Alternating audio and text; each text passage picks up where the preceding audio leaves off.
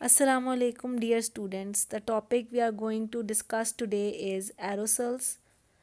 Now, first we will see that what is meant by sol system, क्योंकि basically जो word aerosol है वो originate हुआ है फ्रॉम द वर्ड सोल. तो सोल सिस्टम्स बेसिकली सॉलिड या लिक्विड पार्टिकल्स को का जब मिक्सचर बनाया जाता है या जब उनको सस्पेंड किया जाता है in large volume of gas और एयर, तो ऐसे सिस्टम को हम सोल सिस्टम कहते हैं. या हम इसको यूँ भी कह सकते हैं कि fine mist of liquid or evenly distributed solid particles in a gas is basically a soul system. ठीक है. And all the products which uses soul system for their working are known as aerosols. Everyday life में हमारे बहुत सारे ऐसी applications हैं एरोसल systems की. बहुत सारे ऐसे प्रोडक्ट्स हैं जो हम एवरीडे यूज़ करते हैं और जिनमें एयर फ्रेशनर्स हैं, इंसेक्ट रिपेलेंट्स हैं, hair sprays, cleaning agents, medicinal sprays, जो बेसिकली हमारे एरोसल सिस्टम होते हैं.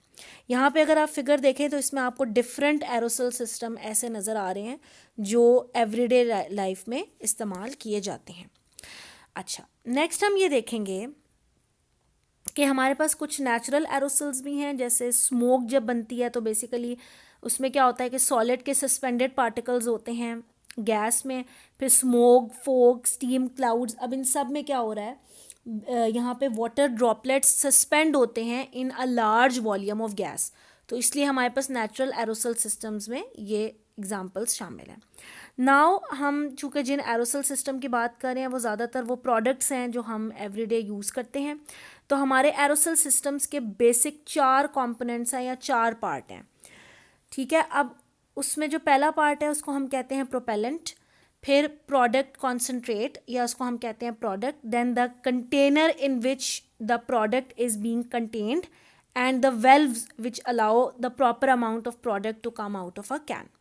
तो अब हम आगे देखेंगे कि ये कंपोनेंट्स क्या क्या करते हैं और नेक्स्ट इसकी वर्किंग को भी देखेंगे.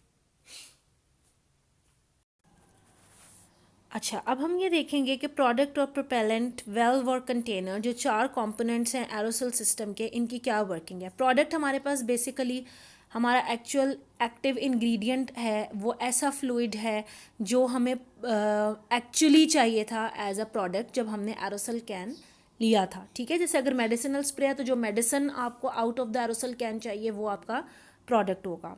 इन फ्रेशनर, एयर फ्रेशनर में जो स्मेल या सेंट है वो आपका असल प्रोडक्ट है. ठीक है. अब इस प्रोडक्ट को एरोसल कैन से प्रॉपरली बाहर निकालने के लिए हम एक और फ्लूइड इस्तेमाल करते हैं in the aerosol can, that is known as propellant. और प्रोपेलेंट की सबसे मेन प्रॉपर्टी होती है कि वो नॉर्मल रूम टेम्परेचर से पहले बॉयल हो जाता है. It always boils below room temperature. तो फिर रूम टेम्परेचर तक आते आते बॉयल होने के बाद वो वेपराइज फॉर्म में आ जाता है. जब वो हाई वेपर्स उसके बनेंगे तो वेपराइज फॉर्म में आने के बाद वो प्रेशर मेंटेन करेगा, हाईली प्रेशराइज्ड फॉर्म में आ जाएगा.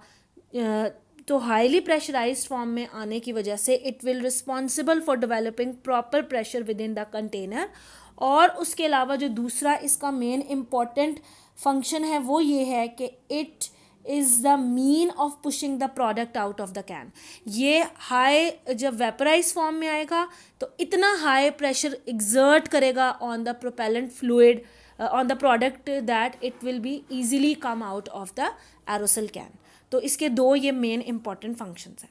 नेक्स्ट हमारे पास है वेल्व. अब यहाँ पर आपको फिगर में जो नज़र आ रहा है एरोसल कैन का अपर पार्ट है ये वाला. ठीक है. अब अपर पार्ट में अगर हम देखें तो ये जो वाइट वाला बटन है जिसको हम एक्यूटेटर बोलते हैं और ये ब्लू हमारे पास नोज़ल है, तो ये जितनी चीज़ इस जगह पर मौजूद है वो वेल्व होती है. और वो वेल्व बेसिकली जब ओपन होती है इस बटन को प्रेस करने पे तो वो प्रॉपर अमाउंट ऑफ प्रोडक्ट को डिलीवर करती है, बाहर लेकर आती है out of the can as in the form of a spray form और मिस्ट.